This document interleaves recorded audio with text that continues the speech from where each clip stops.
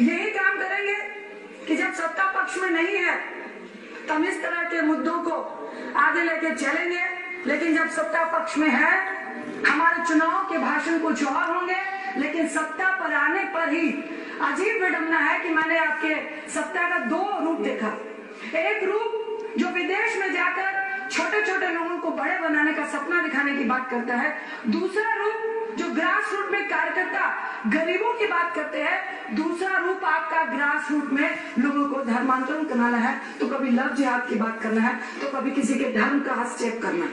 अभी स्वामी जी गुरु तेग बहादुर जी की बात कर रहे थे, 4 बेटे थे, गुरु गोविंद सिंह जी उनके बेटे थे, गुरु गोविंद सिंह जी के 4 बेटे थे, जिन्होंने 2 ने युद्ध में शहीदी दी, जिनको 2 को चिन्वा दिया गया, और किसने दिया यह आप सबको मालूम है?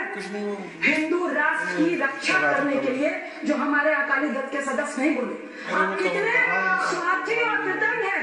औरंगजेब की बात तो आपने कह दी, औरंगजेब मुसलमान नहीं था, औरंगजेब एक अन्यायी था। सुन लो भाई, शायद आप बुजुर्ग हैं लेकिन शायद हमको आपसे ज्यादा समझ हो गई। प्लीज औरंगजेब अन्यायी था।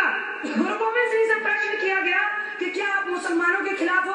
उन्होंने कहा नहीं, जो भी कोई जबरदस्ती किसी का धर्म बदलने की कोशिश करता है उस अन्याय के खिलाफ मैं लड़ाई कर रहा हूँ। गुरु नानक देव जी ने जनेऊ का खंडन किया था, क्योंकि आज हिंदू धर्म में बहुत ज्यादा प्रोपेगेंडा है, और दूसरी तरफ उसी जनेऊ का पालन, उसकी रक्षा गुरु तेग बहादुर जी, गुरु गोविंद सिंह जी और उनके बच्चों ने की थी।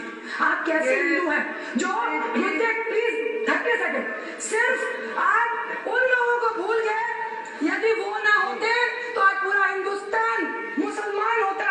मैं मुसलमान या हिंदू के खिलाफ नहीं हूँ, लेकिन आप कैसे कृतज्ञ हैं जो उस व्यक्ति को भूल गए, वो इस हिंदुस्तान के राष्ट्र की क्या रक्षा करेंगे, जो अपनी रक्षा करने वालों को भूल जाते हैं। एक बात कहते मैं अध्यक्षता में बैठूंगी कि गुरु गोविंद सिंह जी ने कहा था कि जिन्होंने अन्याय किया हिंदुस्तान से उनकी जड़ उखड़ जाएगी, और बंदा बहादुर के रूप में 3 साल में मुगलों का यहाँ से सत्यानाश हो गया और वो हिंदुस्तान छोड़ के निकल गए।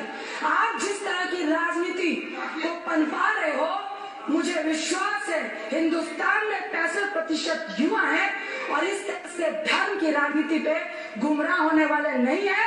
हम आपको आगाह करते हैं कि बहुत जल्द अगर आपकी राजनीति की मंशा और आपका बायोलॉजी यही रहा तो बहुत जल्द आपकी जड़ें उखड़ने वाली है। एक हिंदुस्तान का नागरिक होने के नाते मैं आपको कहना चाहूंगा, एक शब्द पढ़कर मैं मुल्ला